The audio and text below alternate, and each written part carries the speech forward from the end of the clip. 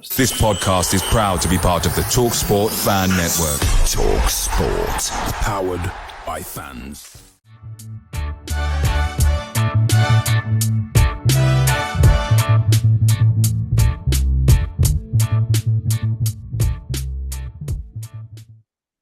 So, good evening and welcome to the next edition of the Away End. I am this evening joined by Charlie from the Peterborough podcast, the Poshcast.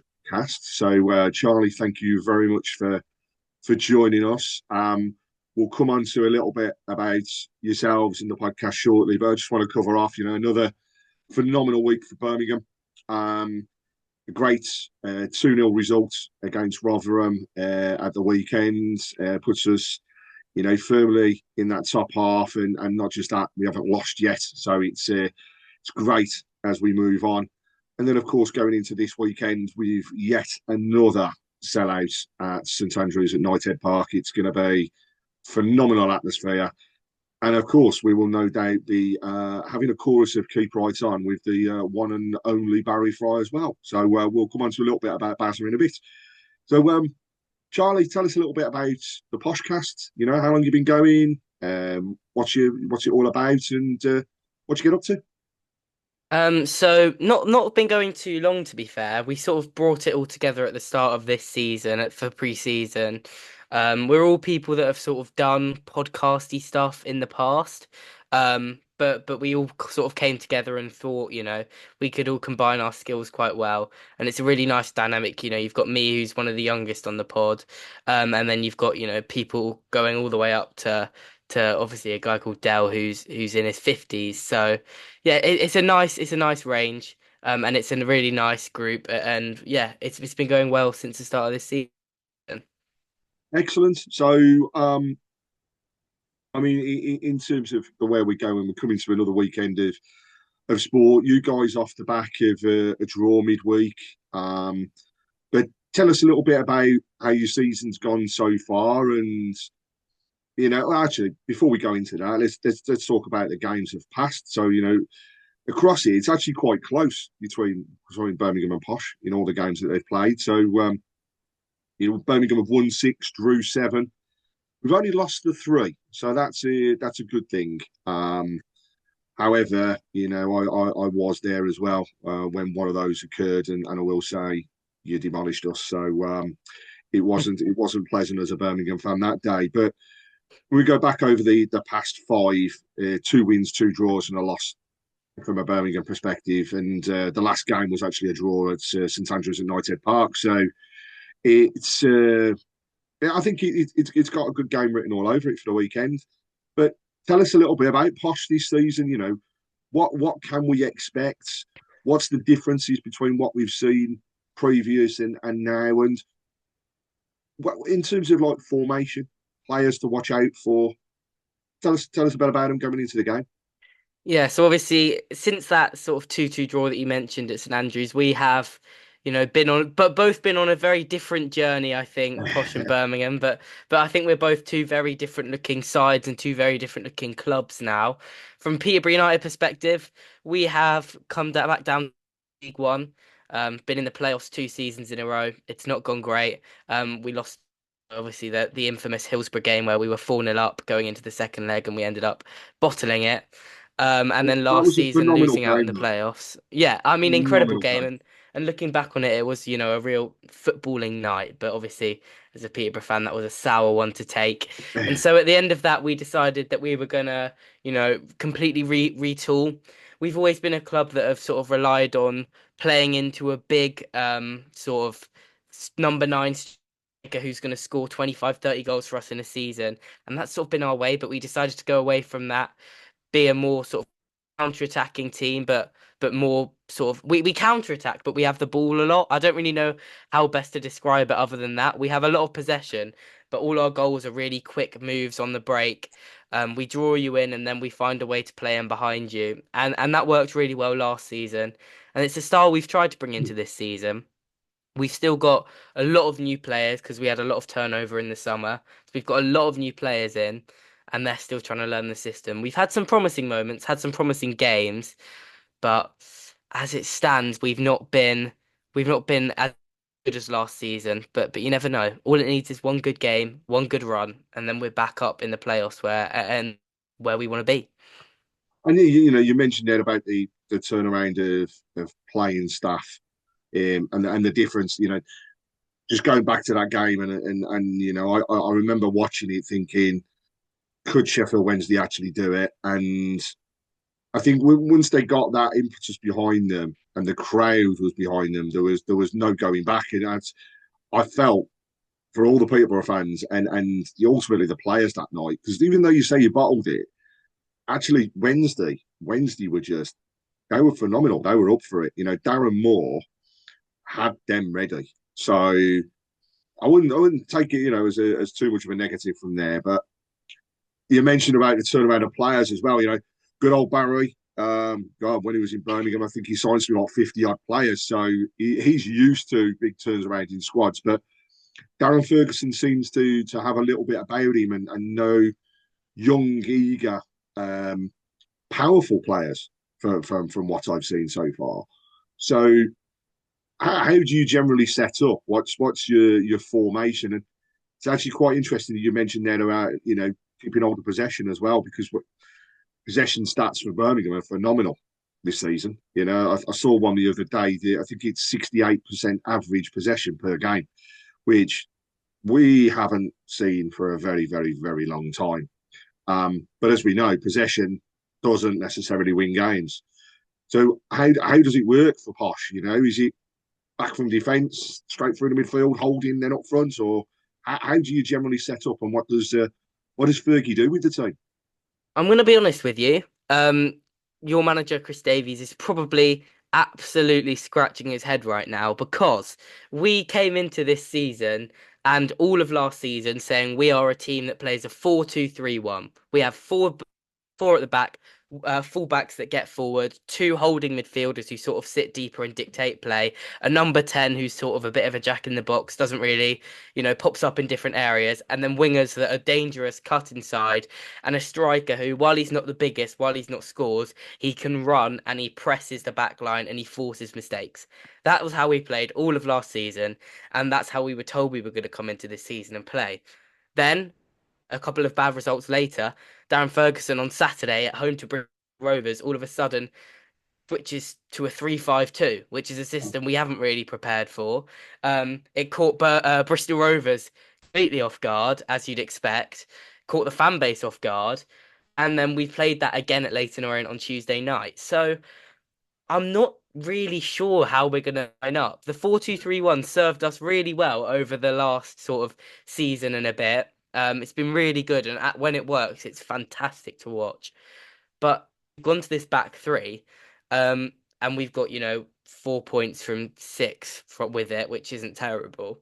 So to be honest, you could be playing against absolutely any formation on Saturday. So what I will tell you though is no matter what happens, expect pace up front because no matter what striker plays, they are going to be quick. I mean, it will probably be Ricky J. Jones, and he I think runs 100 meters in 10 seconds, 11 seconds, and Yeah. he is probably the quickest player in the Football League. To be completely honest with you, he is absolutely rapid, and yeah, he's often a big threat. So yeah, I'll go for cautious optimism and say we're going to play a back four, but you never know with Bosch. Tell us more about those wingers and your strikers, and also you mentioned about the holding midfielders. So do you generally find yourselves playing out from the back, which then is pushed through the midfield?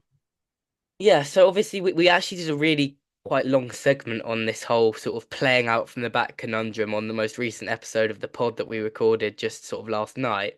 Because we really we do try and play out from the back. We do try, we have centre halves that show for the ball. We have a keeper that shows for the ball. When we have Mm-hmm. the ball with the goalkeeper, all of the team comes sort of towards the ball for the ball. The midfielders come really deep, even inside our own box at some points to try and play out. But it's really not been working this season, and we've been finding ourselves being forced to go long, being forced to just kick ball off opposition players to win goal kicks and stuff. We've been finding ourselves having to do that so much that we're starting to feel like the playing out from the back may have sort of been found out a little bit. Yep. So we do try and play, and last season we played some absolutely astonishingly good football.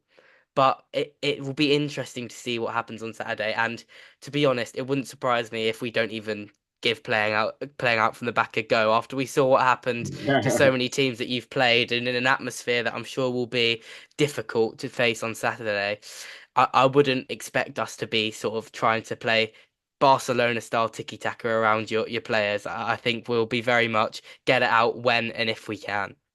And it's interesting you say talk about playing out from the back because I am far from a fan of seeing it. It scares the life out of me when you see your defenders literally passing across the front of their own box, which when I was playing myself was always a role you never ever do. Um, and we have tried ourselves in with some success, but then all those very very very nervous moments, So it will be, I think, an open game by the sounds of it. And your two wingers then, so you mentioned that you've got the pacey strike force and the wingers. So is it a case of that they attack down both flanks and then they're whipping the ball in for that striker to be there, or are they all more of the cutting in and having a go themselves type of wingers? They're much more of the cutting in and having a go at the themselves kind of wingers. Kwame Poku on the right hand side. I think he's joint top goal scorer in the league. He's got 5 goals already this season. He is sort of our main attacking outlet. If we do end up playing with wingers and not with the two strikers, it will probably be either Abraham Ado, who we signed in the summer from Harrogate, who looks promising but nowhere near the finished article, or Malik Mothersill, who is a player that we signed from Chelsea last summer, who's also really talented, but hasn't quite. I don't think his brain's quite in the way that we play yet. Um, so I think we will try and get the ball to them as much as possible. They cut in, and often if they do end up crossing the ball, it's actually the opposite winger that gets in the box and Yeah. scores and has the chance. We cross towards the back post and try and knock it back across, or the other winger gets in and tries to make himself dangerous. But no, it will be a lot of we'll cut it back, have shots, try and slip, the strikers through when we can and confuse your defense and just play quick around you. It's not going to be a lot of sort of lumping balls into the box because we don't have the players that are going to win heads against your centre halves. And so that again makes it interesting because I don't think, looking at the games that we've played this season, that we've actually come across a team that necessarily sets up and plays that same way. We've, as you've probably found, this league is very open.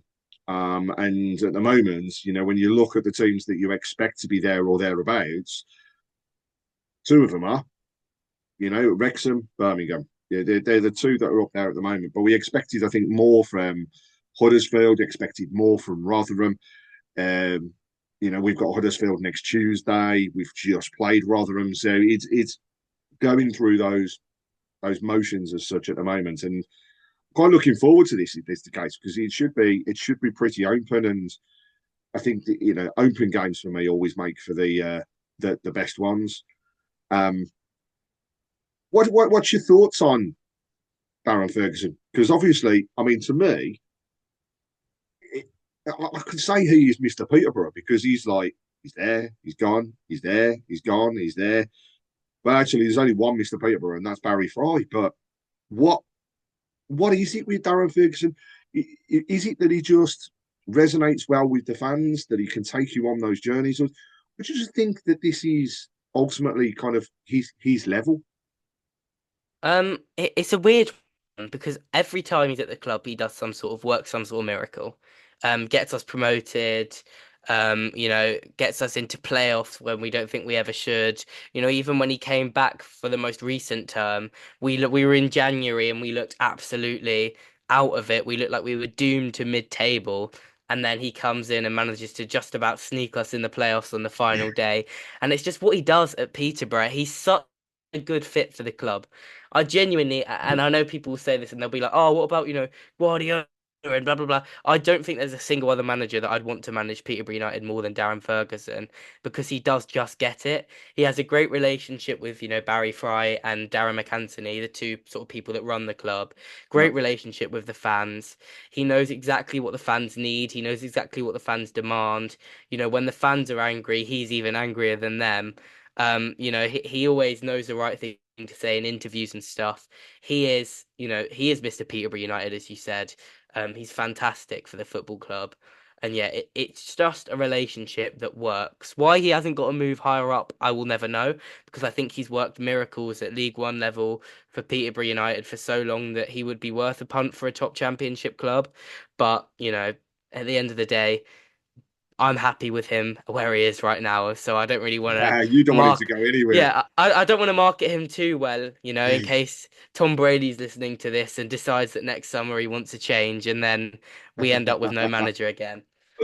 Oh, do you know, there's one thing, and I'm desperately hoping that from a Birmingham point of view, we've got our settled management now, and we have been through the mill, as you guys will know, and it's there is something very similar to like what you're talking about there, the fact that Darren Ferguson is that click and he's that fit for your club.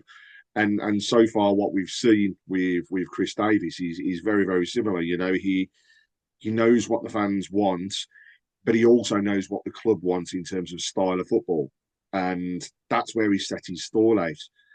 I think it is very similar with Darren Ferguson. He don't beat around the bush. I mean, God, he's probably as fiery, if not more fiery, than what his dad was when he was the United manager, and he must take a lot away from that.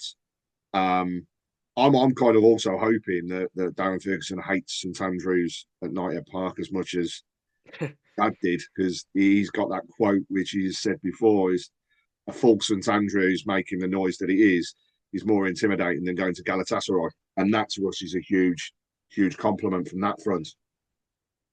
Yeah, I mean, just to comment Hmm. on that sort of, I was very angry actually last season, and it doesn't often anger me when I'm looking at other football clubs because I focus on Peterborough United. But when the whole John Eustace, Wayne Rooney thing went down, I was, as a third party, I was like, what are they doing? I mean, this is an absolute shambles. And it went just as badly as we all thought it would from the outside. So yeah, I'm happy you guys have got yourself a manager. I haven't been to St Andrews, so this will be my first time. Which I'm really excited about, especially because it's going to be a sellout. And when I watched you guys on TV against Wrexham, the atmosphere was absolutely fantastic.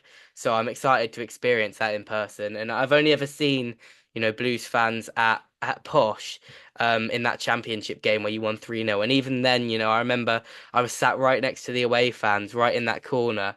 And keep right on genuinely made me put my hands in my ears. It was that loud. So yeah, I'm excited to hear the atmosphere, and I'm happy that you guys have got a more stable club because I think you guys are a proper football club that deserve it. So yeah, I think, good on you that Chris Davis is the man for you, and let's hope he continues to do as well as he has. No, and thank you for the compliment as well. I should say, really, as a fan, and going into the weekend, the one thing I can say is yes, the atmosphere is going to be buzzing. It has been for each of the home games so far. They've all been sellouts. Excuse me, and we're looking at another one this time around. You guys have sold out as well, which again makes for a great game. And we've had some good ones in the past, So let's hope we can continue with that particular way of going. You spoke a lot about midfield. You spoke a lot about the strike force. What's your defence like? Because I've got to be honest, I haven't heard of the names that are in the defence, but then that means nothing in the league the way that it is because we won't know names. We haven't come up against them before. So tell us a bit about the defence. Um, Leaky is the best word I can use to describe it. They are an interesting bunch. We've got some really like contradictory players where they're really good at one side of the game and really bad at the other. So I'll give you an example. We have a young centre half called Manny Fernandez, who will win a header. I don't think there's many players in world football that would win an aerial battle against this guy. He is, I think, 6'6", 6'7", and wins literally everything. And it is so powerful in the air. But then if the ball's on the deck, no, forget about it. It's over.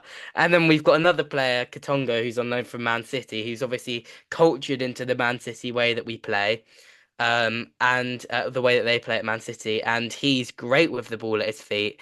But then again, if you bomb enough balls towards him, eventually you're gonna, get something's gonna stick. And then the fullbacks, we've got an 18-year-old on one side who is on loan from Sheffield United, who looks good, but is, could get nervous in the big occasion. And then probably the most experienced defender is Jack Sparks, who's our left back. He was at Pompey last season, I think played 43, 44 games for them when they won League One. So he knows how to do it at this level. Yeah.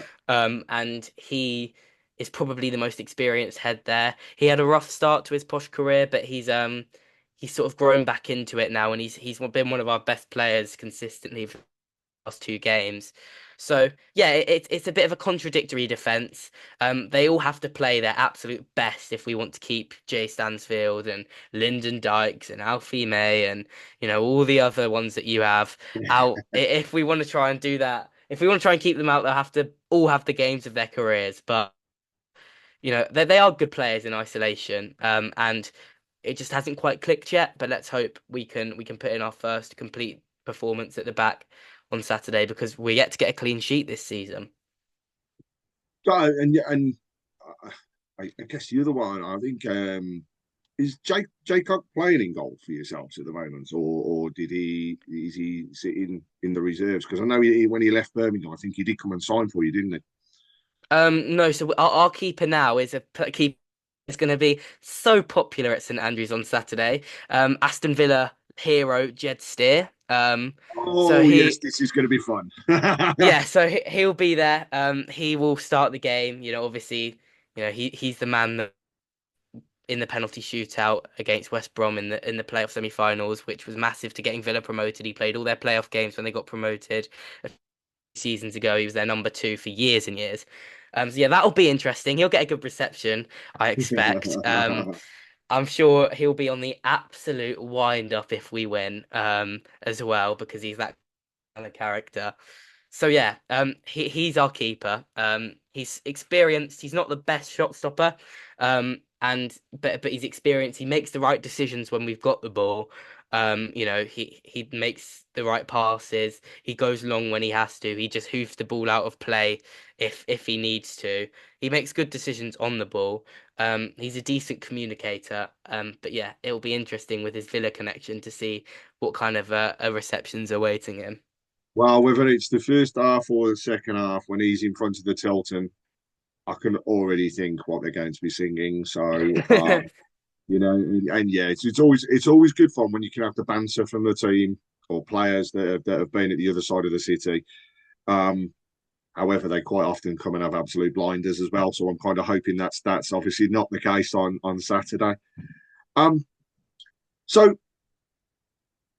a lot of there about the existing team and setup. We'll come on to like predictions for the game and stuff as we get towards the end. But I want to test your knowledge and your memory a little bit in terms of basically players that have turned out for both Birmingham and Posh over the years, and the list is quite large. Definite folk hero from a Birmingham point of view, an ex-captain that's in there, and I'll be interested whether you pick up on him. But can you name five players that have represented both clubs? And then what I'll do is I'll go through the list of others. Right, I'm going to be 100% honest with you here. I am atrocious with this kind of thing. So I reached out to our old head on the podcast when you told me we were going to be doing it, and he's given me his best effort. So obviously the one that immediately, the two names that came to mind immediately. One of them's a player, one of them's not. The first one was obviously Siriki Dembele. He was a big hero for us in the championship season for the first half, and then he ended up at you. Didn't go well for him, I don't think, but he's a player that's played for both. And then obviously the biggest connection probably between the two clubs isn't even a playing staff, it's Barry Fry, which we'll come on to later. Yeah. but I feel like he probably counts for this. And then we had our favorite player from the podcast. One of people on the podcast favorite players is Mick Halsall. He is former Birmingham City as well. We have Reece Brown. David Seaman played for both Yes, David clubs. Seaman played for both clubs. Obviously, he's a big one, very well known. Um, we have who else did we have? Um, Miguel de Souza. He Yeah. played for both teams as well. Um, James Quinn. Indeed. Tommy Williams, who was a decent player. Yeah, that's the players that we could come up with on the Up the Poshcast group chat in about the last 3 minutes. I like your But sure style you'll of the give me a list. You're list of honest. more. I like it. I mean, I'll go through a few others. You got Josh Tibbetts, Christian Pearce, Joe Newell, Najdi Kuchi was at both clubs. Um, Curtis Woodhouse, the hard man of St Andrews, was also at both clubs. Howard Forrington, Simon Ray, Gary Cooper back in the day, phenomenal player for both clubs. One, and I mean one of the best goalkeepers we've had, and a true gent, Ian Bennett. He was absolutely phenomenal for Birmingham. You've mentioned David Seaman there. We've also got Archie Styles going back in the years. Um, Steve Castle, the fastest man that I have seen running down the wings at St Andrews back in the early days, Louis Donowa. It was actually, a special birthday, I believe, just gone for him. Another winger who Bazza loved because I think he may have had him near enough every club that he was at, Ricky Otto. And as it is, Pastor Ricky Otto now and friend of the show as well. Um, and then we had going through the others. I mean, the one that's really, well, actually, no, I am going to mention a few others. Ken Charlery, um, Bart Big Greenwood, posh legend Ken Charlery. well, Big yeah, posh legend. defender Andy Edwards, um, Gary Breen. I mean, what a legend he was at our club as well. But friend of Tilton Talk, been on many occasions, one of our best captains and leader of players that we've had at the club, working at the club at the moment as well. And that's good old Skip, Martin O'Connor. You know, he was, at the end of the day, he was signing for Birmingham. Bazza then poached him for Posh. And then after he poached him for Posh, we then realised how good he was, and Trevor Francis came in and purchased him from you. You know, I think the story that Baz often tells is the fact that he signed him for pennies and sold him for lots of pounds. And actually, he was laughing when it all happened because arguably Martin O'Connor should have signed for Birmingham in the first place. But through some silliness, never ended up there. So, yeah, it's some great players that have crossed over the divide. Um, Thank you for those. I've got, like I say, quite glad that you got the others involved. I love that. You're actually the first ever podcast that's done that where they've reached out to others during it. So you've done well. You're going to set a trend now. Um, just coming on to the weekend then. So give us your prediction. Uh, what does your heart say? What does your head say? And if you think that you're going to score, who's going to score the goal?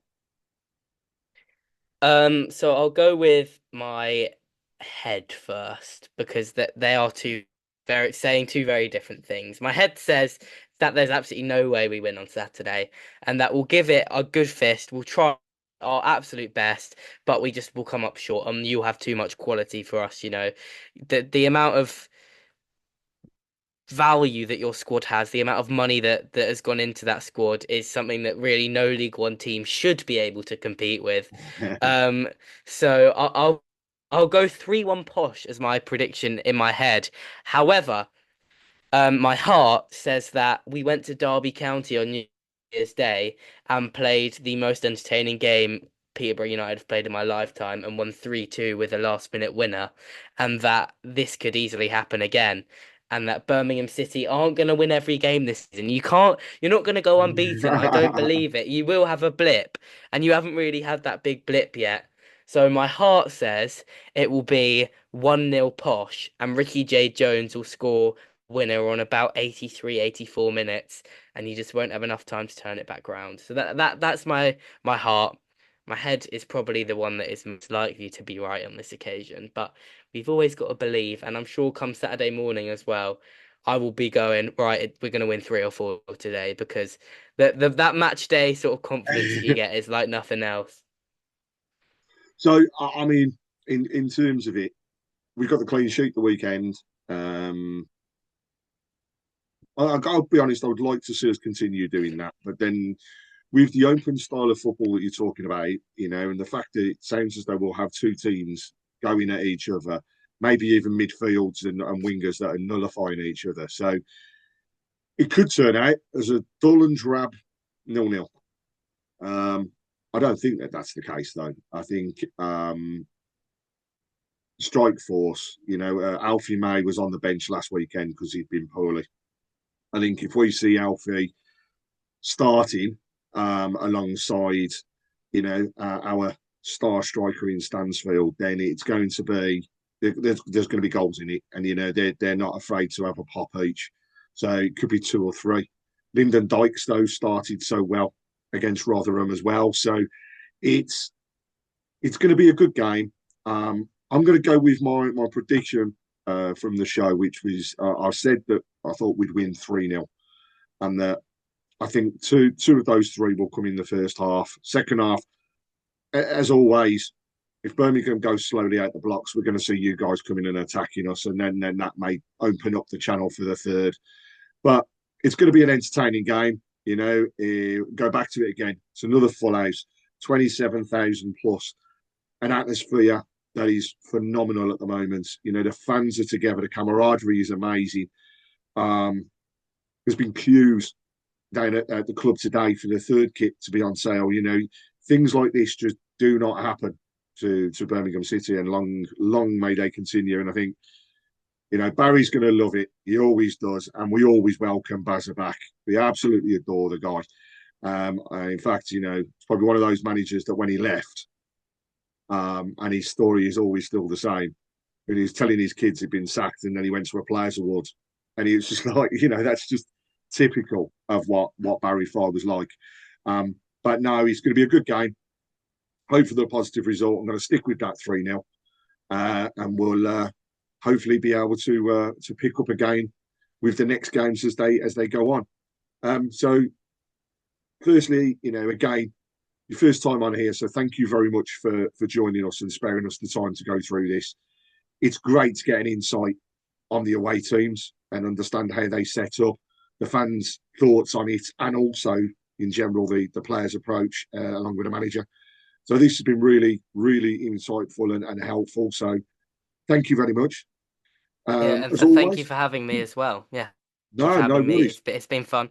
We always love doing the opposition podcast, especially for games like these. We had a very fun experience with Wrexham a few weeks ago, where we went on their podcast, and yeah, so we're always up for doing this. So yeah, thank you for inviting us on. No worries. And we'll do it again for the reverse fixture. And as always, if you ever want any of our guys on, just give us a shout, and we'll get somebody to come over. So thank Brilliant. you very much again. Have a great game, safe journey on Saturday. However, I hope it's Poshy's worst game so far this season, and that we come away with the results. As no doubt you're thinking the same going into with Birmingham. So enjoy the game, because I know you're coming up. So enjoy it, and thanks a lot. And sign off by saying keep right on. Cheers. See you later. Up the Posh.